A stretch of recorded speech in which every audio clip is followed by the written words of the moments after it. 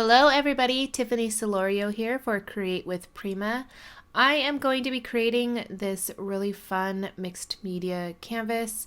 I am using a Prima watercolor panel, and I love using these for canvases. They're very sturdy and they're very inexpensive. Alright, so first step is to cover the panel or canvas. You can even use cardboard if you want to, chipboard, anything like that. You need to cover it with black gesso just to give it the base color, because it is hard once you start adding on all of your embellishments and flowers and different things like that. Then it's hard to get in all of those nooks and crannies and onto the white background or the white canvas. So after that is dry, well, it's not completely dry, but it's pretty much dry. I am just adding some little doilies. These are from Prima. And I will have the list of supplies in the description box below, so be sure to check it out. You can use any type of fabric. This is just layering and adding texture, different types of texture, because when we start adding the wax, it is going to highlight all of those cool textures in everything that we add on the piece. So I didn't really know exactly what I wanted to do at first, but then once I started playing around, I am going for a dream catcher of some sorts. It has a little bit of dream catcher look to it, I guess. And now I am going to be covering the doilies with some black gesso. And I add a little bit of water just because it is a little hard to get all of the fabric covered with black gesso. So you can add a little bit of water just to water it down a little bit so it kind of flows and absorbs in all of those, all of the fabric, because these little doilies are pretty thick, and I would try to pull them apart just to kind of get more of a frayed look to them, and they would not pull apart. They're very well made, so they're very thick, so you want to be sure to add some water to make sure that you're covering up all of that color. And like I said, you can use any type of fabric. You don't even have to use fabric if you don't want to. The main thing is to just keep layering and adding different types of embellishments with texture and different grooves and things like that, because like I said, when you're going to add the wax, it will pick up on all of that texture.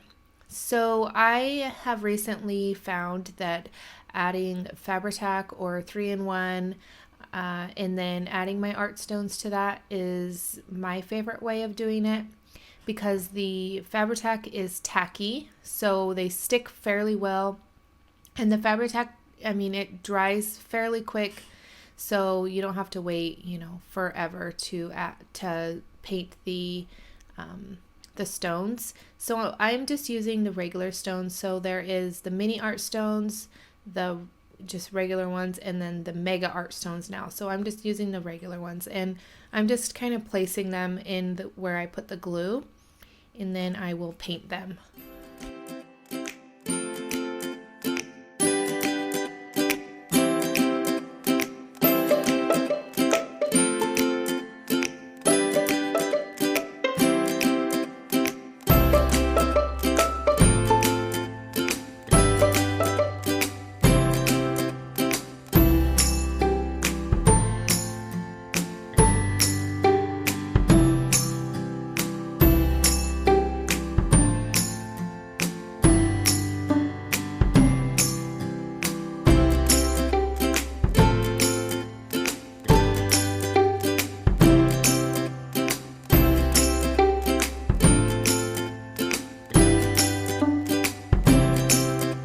All right, after looking at my piece, I decided that I wanted some metal pieces behind that little tiny doily that I stuck on top.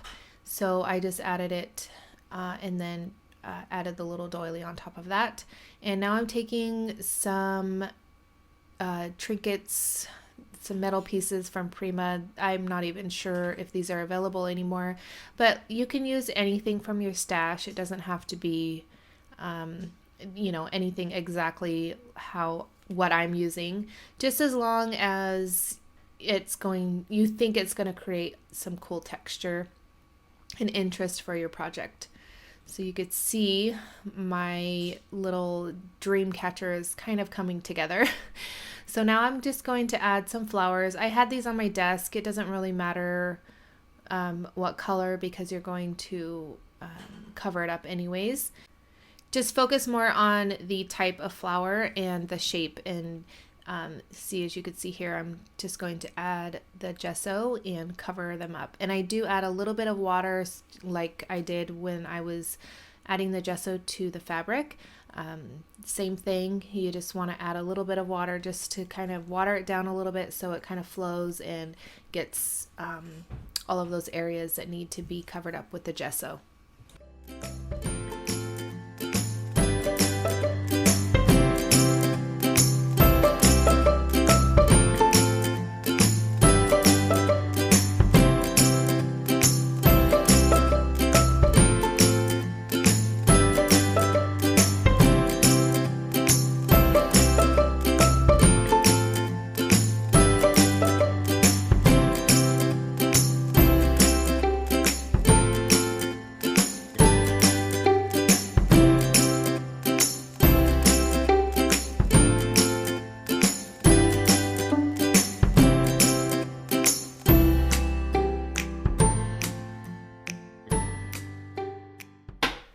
All right, so now that the black gesso is dried and I feel that I have a bunch of cool things on here that's going to create a really textured canvas, I am adding some Antique Brilliance wax, and I'm just using a brush. I use the same brush for all of my waxes.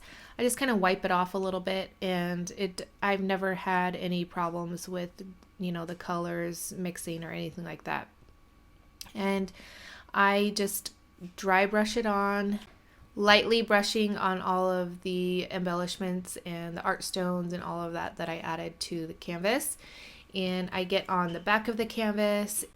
I don't want the whole thing covered with the wax because I want some of the black showing in like the flower where it grooves all the way down in, and that way the canvas has a lot of depth and interest. So again, I'm just going to continue to add the wax to the canvas.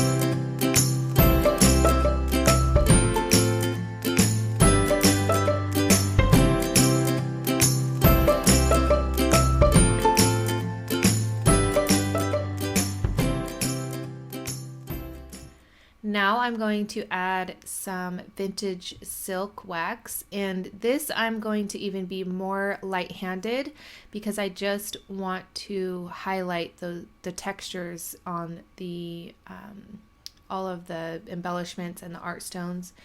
And I'm again very light-handed. I'm just barely brushing on the wax to all of the texture.